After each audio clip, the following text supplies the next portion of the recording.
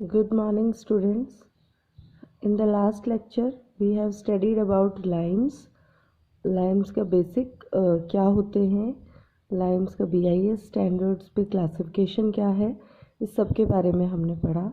In this lecture हम पढ़ेंगे manufacture of Lyme's. जो बेसिकली लाइम्स हम जानते हैं नेचुरल फॉर्म में लाइमस्टोन में होता है. तो लाइमस्टोन से हम लाइम कैसे प्राप्त करते हैं उसको हम इसका मैन्युफैक्चर प्रोसेस ऑफ लाइम बोलते हैं. सबसे कॉमन इसमें मैन्युफैक्चर प्रोसेस ऑफ लाइम है कैल्सिलेशन. अब कैल्सिलेशन क्या होता है? Calcination means burning of limestone. Lime is manufacture by a process of burning or calcination of limestone in suitable type of kilns. Kilns क्या होते हैं? भट्टे होते हैं. तो जो लाइमस्टोन होता है उसको बर्न किया जाता है भट्टों के अंदर, या फिर क्लैम्प्स होते हैं क्लैम्प्स के अंदर. तो कैल्सिलेशन प्रोसेस बोलते हैं इसको. और कैल्सिलेशन का मतलब होता है कि उसको इतना रेड हीट किया जाता है अराउंड 880 डिग्री सेंटीग्रेड पे कि जो लाइमस्टोन है उसका केमिकल डिकम्पोजिशन हो जाता है. केमिकल डिकम्पोजिशन कैसे होता है आप यहाँ पे ये रिएक्शन देख सकते हैं. CaCO3 और 880 डिग्री सेंटीग्रेड पे जाके ये कैल्शियम ऑक्साइड और कार्बन डाइऑक्साइड में कन्वर्ट हो गया. तो ये प्रोसेस हमारा कैल्सिनेशन कहलाता है. अब इस प्रोसेस में जो कार्बन डाइऑक्साइड बनती है उसको हम तुरंत रिमूव कर देते हैं किल्न से. इसके लिए किल्न में स्पेस छोड़ा जाता है, ऊपर होल छोड़ा जाता है, तो कार्बन डाइऑक्साइड हमारी तुरंत उसको हम दूर कर देते हैं. और दूसरी हम क्या चीज़ ध्यान में रखते हैं कि हमारा टेम्परेचर सबसे इम्पॉर्टेंट है. टेम्परेचर कि टेम्परेचर 880 डिग्री सेंटीग्रेड से कम नहीं जाना चाहिए. आप देख सकते हैं 880 डिग्री सेंटीग्रेड पे तो ये डिकम्पोज हो रही है, लेकिन अगर 880 डिग्री से कम होगी तो ये रिवर्स रिएक्शन भी हो सकती है. इसलिए हम उसको टेम्परेचर को मेंटेन करना बहुत ज़रूरी होता है. और इसकी बर्निंग हम लाइमस्टोन की किल्न्स में करते हैं.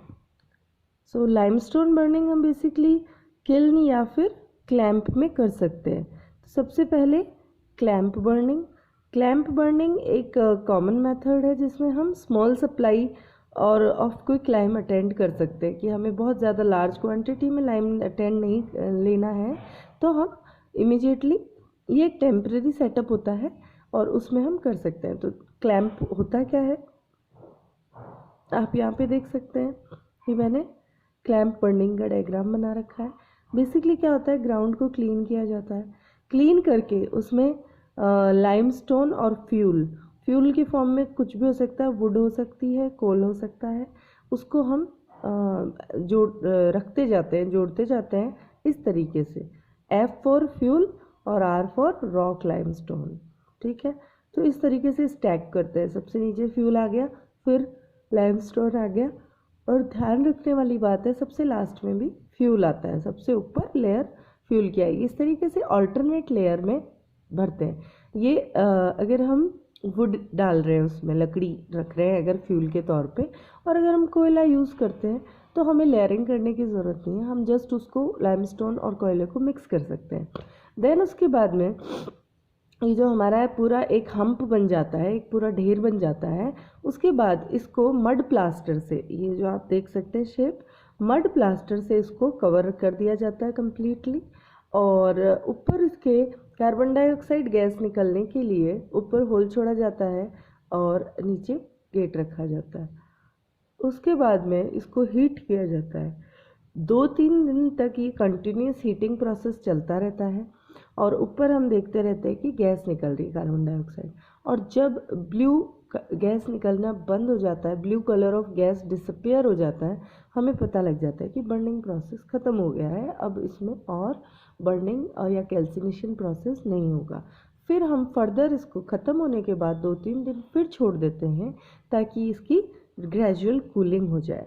और ग्रेजुअल कूलिंग होने के बाद 2-3 दिन बाद इस क्लैंप को डिसमेंटल कर दिया जाता है, तोड़ दिया जाता है. और जो लाइमस्टोन है वो हम कलेक्ट कर लेते हैं, जिसमें राख भी फॉर्म में होती है, बिकॉज वुड हमारा फ्यूल जो है वो जला है, उससे उसको फिर राख से लाइम को अलग कर लिया जाता है। दूसरा हमारा प्रोसेस है किल्न बर्निंग। किल्न बर्निंग में बेसिकली मैंने आपको बताया कि भट्टे यूज़ करे जाते हैं, और ये भट्टे बड़े साइज़ के होते हैं, तो कमर्शियल जो मेकिंग है लाइम की वो किल्न्स में ही होती है। क्लैम्प बर्निंग एक टेम्परेरी और स्मॉल क्वांटिटी का सेटअप है। तो किल्न बर्निंग में बेसिकली दो तरीके के किल्न्स यूज़ होते हैं। एक तो होता है इंटरमीडिएट किल्न और दूसरा कंटिन्यूस किल्न। जो इंटरमीडिएट किल्न होते हैं उसमें उसी की तरह सेम प्रोसेस होता है क्लैम्प की तरह, कि layering of fuel and limestone की जाती है, और फिर उसको बर्न किया जाता है और बस उसमें से कलेक्ट कर लेते हैं आफ्टर दैट। ये वन टाइम प्रोसेस है। और जो कंटिन्यूस किल्न है, कंटिन्यूस किल्न में कभी भी प्रोसेस रुकता नहीं है, हमेशा चलता रहता है। लाइमस्टोन सप्लाई होती रहती है, बर्निंग प्रोसेस होता रहता है, और दूसरी साइड से कलेक्शन भी होता रहता है। अब इसमें दो तरीके के होते हैं कंटिन्यूस किल्न में, एक होता है मिक्स्ड फीड टाइप और दूसरा सेपरेट फीड टाइप।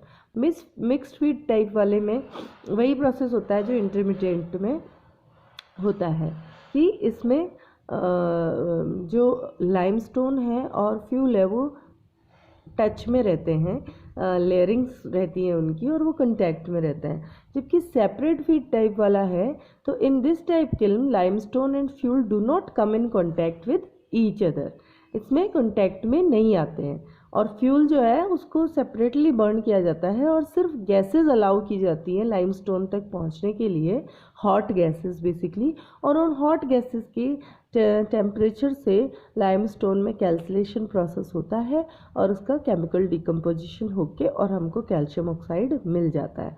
तो इंटरमीडिएट किल्न का तो आप ये देख सकते हैं, इस तरीके की रिफ्रैक्टरी ब्रिक वॉल होती है, क्योंकि वो हीट रेजिस्टेंट होती हैं, तो वो बनाई जाती हैं, और फिर इसमें फ्यूल और लाइमस्टोन स्टैक किया जाता है। दूसरा कंटिन्यूस किल्न है, तो वो कुछ इस तरीके से बनता है, ये आप शेप देखें।